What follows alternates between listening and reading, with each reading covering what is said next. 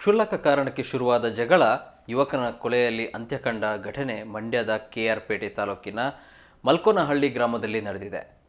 ಯೋಗೀಶ್ ಕೊಲೆಯಾದ ದುರ್ದೈವಿಯಾಗಿದ್ದಾನೆ. ಪ್ರದೀಪ್ ಹತ್ಯೆಗೈದ ದುಷ್ಕರ್ಮಿಯಾಗಿದ್ದಾನೆ. ಕೊಲೆಯಾದ ಯೋಗೀಶ್ ಹಾಗೂ ಆತನ ತಾಯಿ ಭಾಗ್ಯಮ್ಮ ಜೊತೆ ಪ್ರದೀಪ್ ಪದೇ ಪದೇ ಜಗಳ ಮಾಡುತ್ತಿದ್ದ.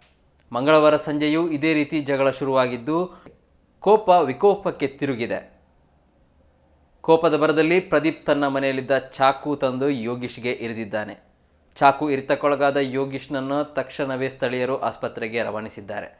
ಆದರೆ ತೀವ್ರ ರಕ್ತಸ್ರಾವ ಉಂಟಾಗಿದ್ದರಿಂದ ಚಿಕಿತ್ಸೆ ಫಲಕಾರಿಯಾಗದೆ ಯೋಗೀಶ್ ಮೃತಪಟ್ಟಿದ್ದಾನೆ.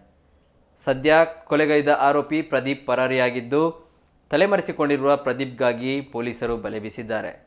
ಘಟನೆಯ ಕುರಿತು ಕೆಆರ್ ಪೇಟೆ ಟೌನ್ ಪೊಲೀಸ್ ಠಾಣೆಯಲ್ಲಿ ಪ್ರಕರಣ ದಾಖಲಾಗಿದೆ.